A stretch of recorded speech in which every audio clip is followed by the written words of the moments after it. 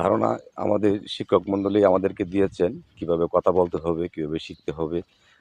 আমরা তো কিছু জানতাম না তখনকার ছোট্টবেলার যে অবস্থা, যেখানে আমরা লেখাপড়া করে অনেক অনেকেই যারা আমাদের আ এখানে লেখাপড়া করছেন, তারা বিভিন্ন জায়গায় বিভিন্ন পদে চাকরিরত অবস্থায় আছেন। আমি হয়তোবা বেশি একটা লেখাপড়া করতে পারিনি। যাই হোক, যারা কর্মরত অবস্থায় আছেন তারা দেখবেন। আর এই স্কুলটার উন্নতি করার একটা ব্যবস্থা কীভাবে করা যায় সরকারের পক্ষ থেকে, সেজন্য আমার পক্ষ থেকে একটা আবেদন থাকবে।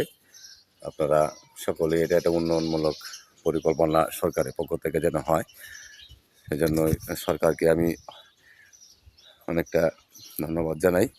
এবং যেন সরকারের পক্ষ থেকে একটা অনুদান এখানে আসে, আমাদের প্রাইমারি স্কুলটা যাতে উন্নত হয়, যাতে সকলেই দেখতে পারে যে না, আমাদের প্রাইমারি স্কুলে আসলেও অবহেলিত না, এটা গর্বিত আমাদের শ্যামগঞ্জ প্রাইমারি স্কুল।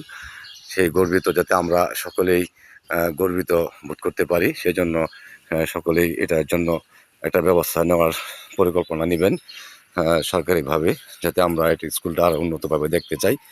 ধন্যবাদ সবাইকে, সবাই ভালো থাকবেন। আসসালামু আলাইকুম ওয়া রাহমাতুল্লাহি ওয়া বারাকাতুহু।